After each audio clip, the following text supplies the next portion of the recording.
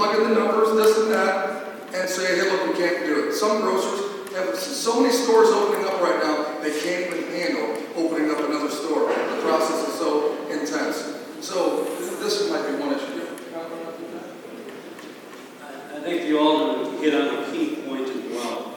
When we heard in the media that Dominicks was leaving, it was in early December, I think it was, somewhere right around that time frame. Okay? These grocers, not Dominicks obviously planned for a long time to make that decision. You don't make a decision like that overnight. They made it public at the end of the year. Okay? So what that positioned the market to do, how did that position the market? All the other grocers, they've already had their 2014 plans in place.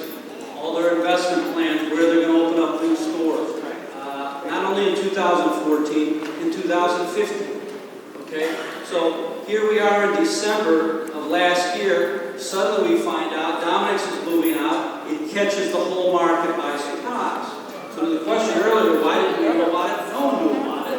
And then secondly, then suddenly now you have a number of locations that weren't even in play, that we thought that Dominicks was going to continue to be in all these communities. Suddenly they become all available.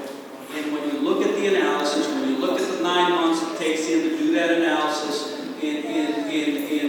to make that business decision, evaluate the demographics, that's why where we are.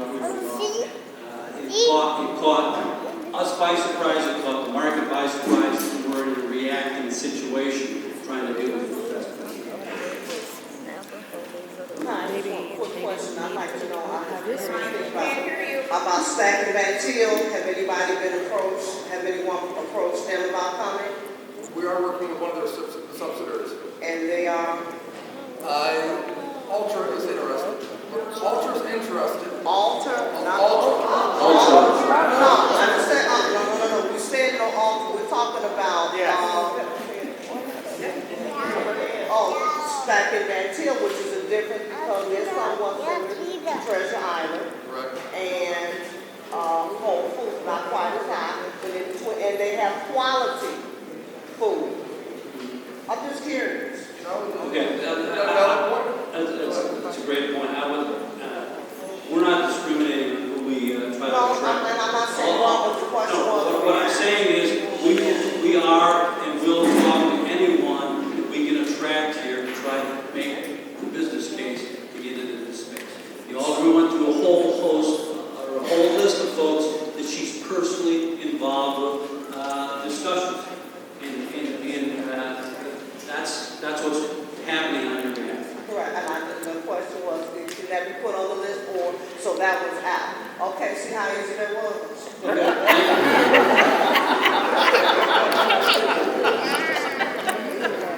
Good evening. Alderman Hairston, thank you. Mr. Gans, get your last name, sir? Dominicks. Okay, I have to give that. I understand the demographics of business. Unfortunately, some of my neighbors are taking businesses' decision personally. I personally don't advocate for Mariano's, Whole Food, Trader Joe's, or any of those.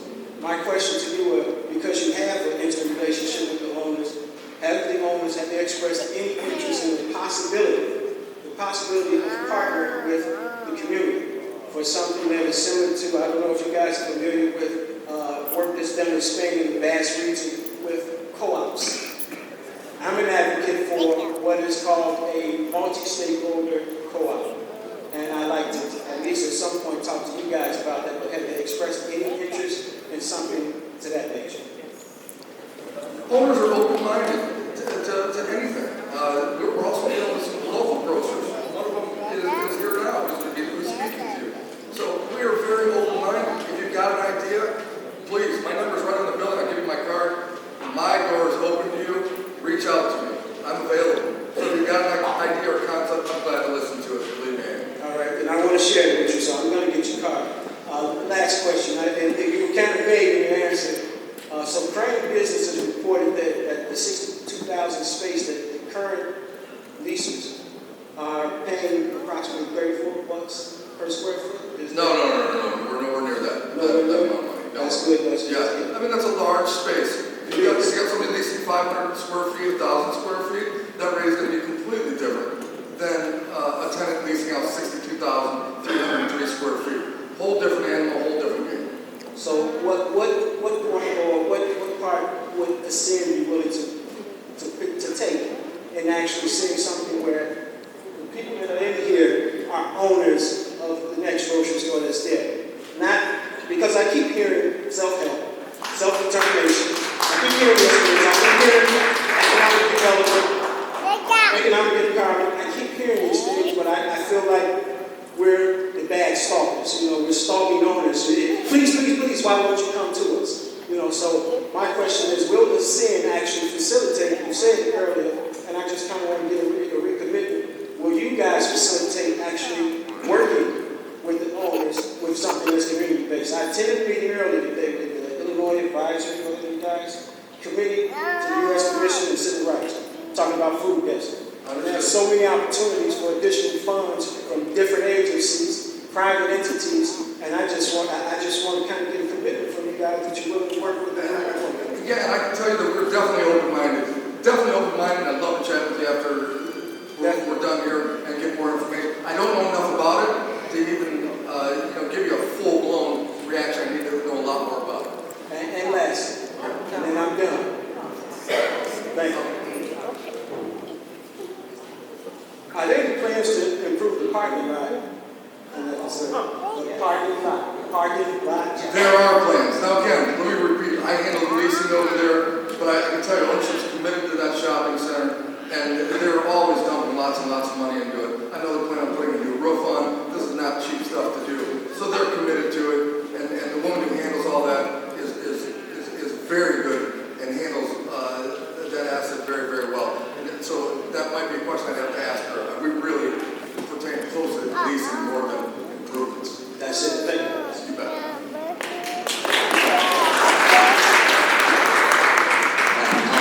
I know a number of grocers, so I know that that's an important percentage of that shopping center, and they probably really like to lease it since it's supposed to be a business anchor that brings in traffic for the other. It's going to be easier for you to get leases in there if you have that anchor. I think the importance of it is also based on the percentage of how much rent that location is paying compared to the rest of the shopping center. Is it like 50%? Or is it 70%? Since that's a number you know, that is what indicates how valuable it is to the owner. I'd say it's a real simple calculation. That space takes over 50%. One space, Dominicks takes over 50% of that mall. So if that's sitting there vacant, it's real simple. About 50% of your revenue is just going out the window. Okay, so there is an interest to sit there and get that leased up sooner than later. And you're exactly right. I mean, if you get a good anchor grocer into that space, it attracts traffic, it attracts other businesses, and the fact that it's sitting there empty does not only a disservice to the community, but it certainly does a disservice to the owners of that mall. They want to get it filled. So, since it's a large space, naturally, the way things work in business is you don't charge $32 a square foot when somebody has 62 square feet versus 20. Right. You're going to be paying or getting about $20 a square foot for it instead, which is a little over about $1.25 million a year for that space. And if they were doing, say, $300,000 a week with the number of employees they had, it sounds like they'd be losing about $100,000 a month. Is that what you had in your numbers? And is that why it's now still on the market? Your numbers, let me just comment this way.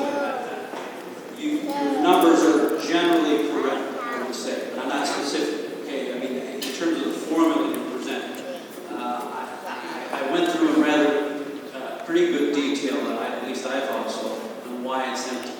Okay, it caught us by surprise. We're reacting to the market. Other businesses had their plans set for 2014 and 2015, so we're best they can to try to get some in there. In terms of the specifics of the lease situation, that and the numbers therein, I mean, again, that's a function of that negotiation.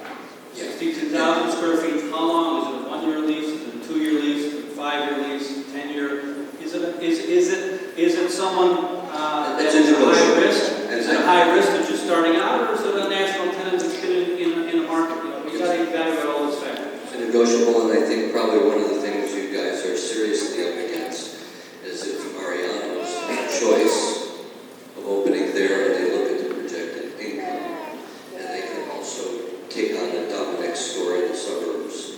They just pick the one that they think is most profitable, and it's just a numbers game. Yeah. But thank you for the answer. No, you're welcome. But I would tell you in terms of the numbers, Vladimir's demographics, they are good demographics for this area. So everyone's hearing this message that no one wants to come here. I mean, the average annual income, when you look at the population around here, and you look at the traffic that goes by there, those are solid numbers. Okay, so there's a lot worse locations in the city, let me put it that way. I just ran the numbers for the zoo. Along with these. Okay, I just wanted to piggyback on what you said earlier about these big box grocery stores having their plans, market plans and store situations already in place a year out. Well, my concern is we keep hearing all of this, and I'm not saying you guys are not doing everything you possibly could, but this community is left void. And I just kind of wonder about why Jewel could move into the Dominicks on Canal within 3 months, and we can't get a store in here, and we're working on 4 to 5 months, and this is a viable neighborhood. So if you can explain that to me in terms that my neighbors and community and other people in this community can understand, we would probably be able to accept some of what you say. Answer this way. I hear you loud. Now you have to admit we're all not stupid here. And if Jewel can move from Wabash into Canal and they've got 2 stores within a 6-block radius, why can't we have one here in this shopping center? I heard the same thing everybody else said, that it was a lease store, and Mariano's didn't want to have a lease, couldn't come in because it was a lease. But you got to tell us something more than you all are working on it, because we still don't have the grocery store in this viable community. And I would not want to think that it's because it's African American. I really don't want to go there, but I'm sure a lot of these people are thinking the very same thing. Just asking.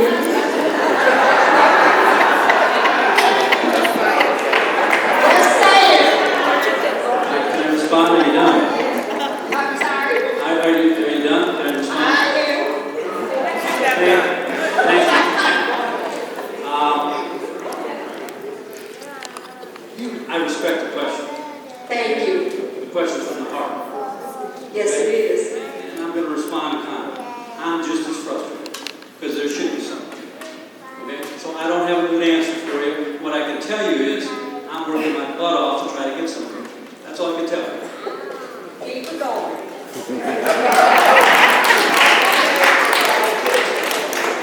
Hello, I'm not going to hold you too long.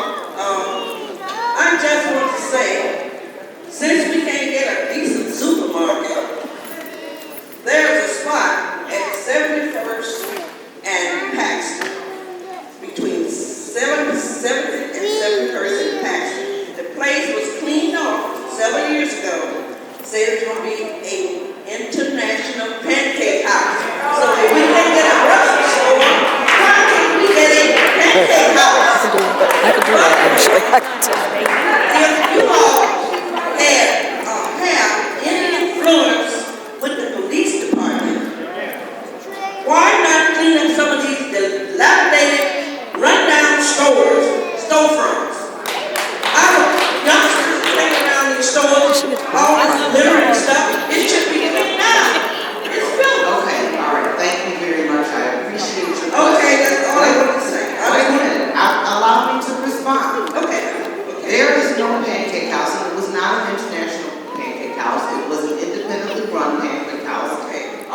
first one, the couple that was going to purchase it got divorced.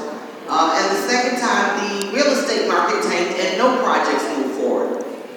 What has been happening and what we see happening or not happening, if you will, is largely in part to what we're seeing that's happening all over the world and all over the United States.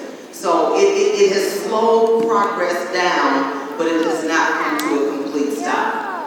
The second part about the trash and everything, the trash didn't just get there by itself. It's my first comment. The other thing is that the snow just melted and still some of it is continuing to melt. So we will see what people did when they were walking down the streets during the snow and tossing things. Street sweeping has not begun yet. As soon as it is, the businesses have a responsibility to clean in front of their places, just like we have a responsibility to clean in front of our homes.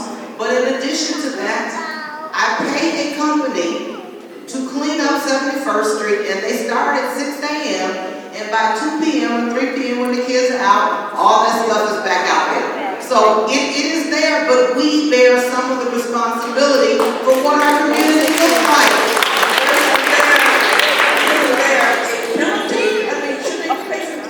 Yes, it is. Yes, there is for littering and for loitering, but as we all know, my preference is to have people not being shot on 71st, not slinging dope, not doing that instead of writing tickets for littering. We should be able to control our behavior. We should be able to. We should train our children, our grandchildren, our great-grandchildren. The little fair doesn't come along and sleep and sprinkle Coke cans and tequila bottles on our lawns. That's us doing that. So, thank you. Yes. My question is again to hers, and I just don't understand why we have merchants who sell food who don't pay anybody to come out and clean up. When you go to Walgreens, and I work all over the city because I'm a home care nurse, I work all over the city. Walgreens over on Halston has a person, and I've seen them come out and clean their lot every day. This Walgreens here doesn't. They put the boxes out there, they pile up. The other thing is, you cannot tell me that the people who are renting to these people don't know what they're doing. Come on now. I know what they're doing. You know what you're doing. Well, let me just say this. No, and it's not about the children. The children, we've been children. Everybody gonna throw down some stuff. But if you have a business, you will not stand in front of my business and show what they're doing. And if the maid has it open, and the people who collect their rent, let them stay there. This is not That is true. And so as a community, we should not be shopping at those stores. But I'm just saying, but I'm going to redirect us because this is about Jeffrey Plaza. If you would like to talk about 71st Street and the businesses, then you can come to a board meeting. You can come to my office. We can talk about it.